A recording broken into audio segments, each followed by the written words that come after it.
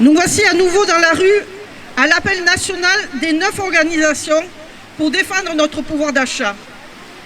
Pour le Var, nous avons souhaité y donner une dimension particulière, celle de la solidarité.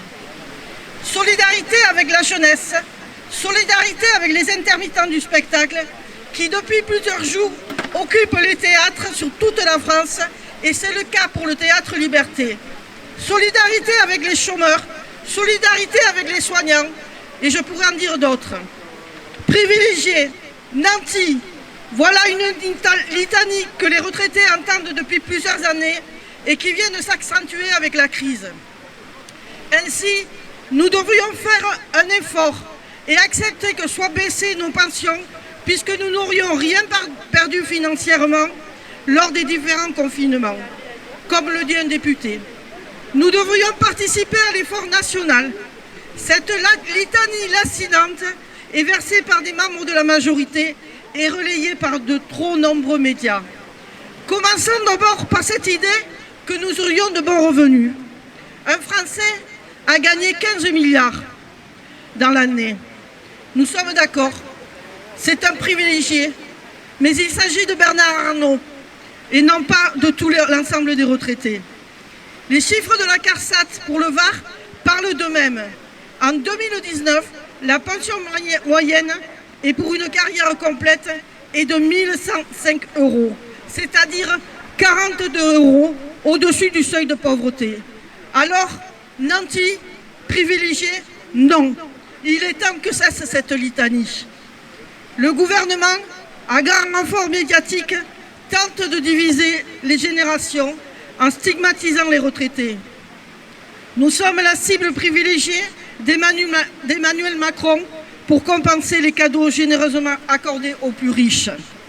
Après avoir augmenté de 25% la CSG pour les retraités, il a confirmé les nombreuses mesures fiscales décidées par les gouvernements successifs qui ont fortement amputé nos revenus.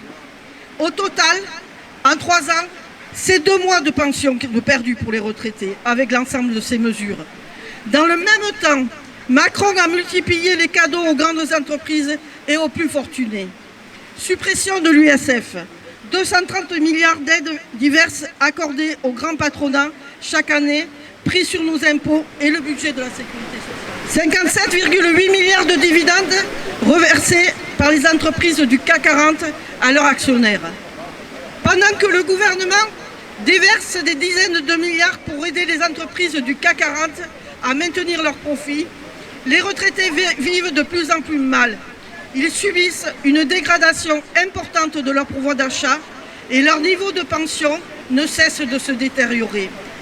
L'évolution du coût de la vie entraîne une explosion de la pauvreté et notamment au niveau des retraités et des personnes âgées. Les retraités ont droit au respect. Ce n'est pas aux retraités de payer les cadeaux faits aux plus fortunés. Nos pensions de retraite proviennent des cotisations versées pendant notre vie active qui ont généré des droits. Elles ne sont pas une allocation, mais le fruit de droits acquis en contrepartie de ces cotisations.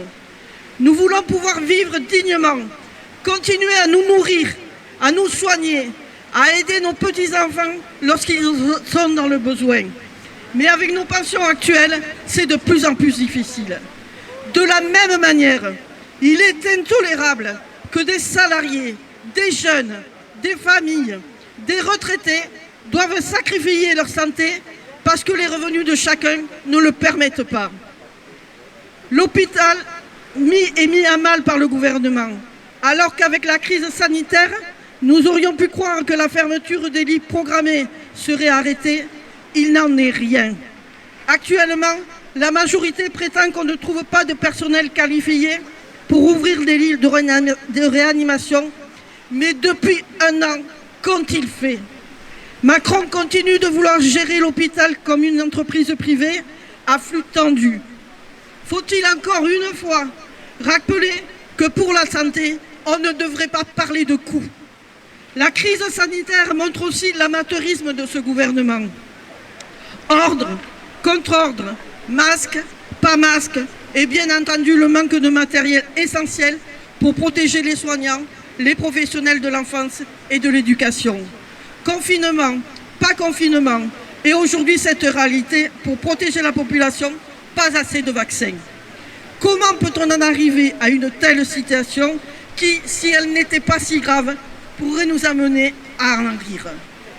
Et voilà que pour continuer dans l'idée de faire plaisir aux plus riches, Macron propose une 5e branche de la perte d'autonomie, financée non pas par la sécurité sociale, mais par les impôts. Une fois encore, et malgré ses beaux discours sur la sécurité sociale, il tente par ce biais de faire disparaître la sécurité sociale. 175 milliards, c'est ce que viennent de se distribuer les 1% des plus riches de France. 2 fois le budget de l'hôpital. C'est ça la réalité aujourd'hui. Profitant de la crise, Macron et son gouvernement se servent de l'état d'urgence pour mettre en place des décrets qui conduisent à la privatisation de la liberté. La loi sécurité globale en est l'illustration. Sous le prétexte de la crise, Elisabeth Borne, ministre du Travail, met en place la réforme de l'assurance chômage.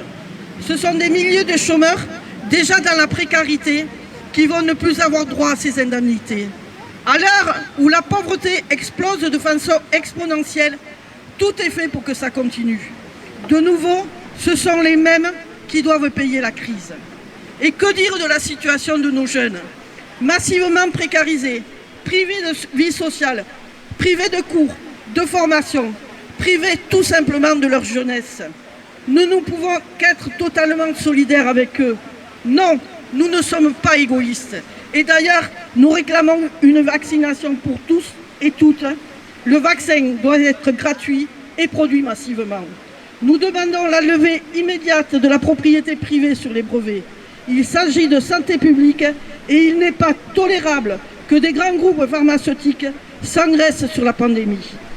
Le 31 mars 2021, nous sommes alors encore là pour dire que nous ne voulons pas de cette politique qui broie les hommes, les femmes, les enfants. Nous voulons que l'argent soit pris dans les poches des riches et que ce gouvernement arrête de ponctionner les plus pauvres. Non, nous ne sommes pas égoïstes. Oui, nous nous préoccupons des autres, contrairement à ce que disent certains. Et non, nous n'avons pas l'intention de nous laisser faire. Rien ne justifie que nous soyons maltraités. Aujourd'hui, nous sommes là pour dire que nous sommes solidaires avec tous ceux qui souffrent de cette situation. Merci.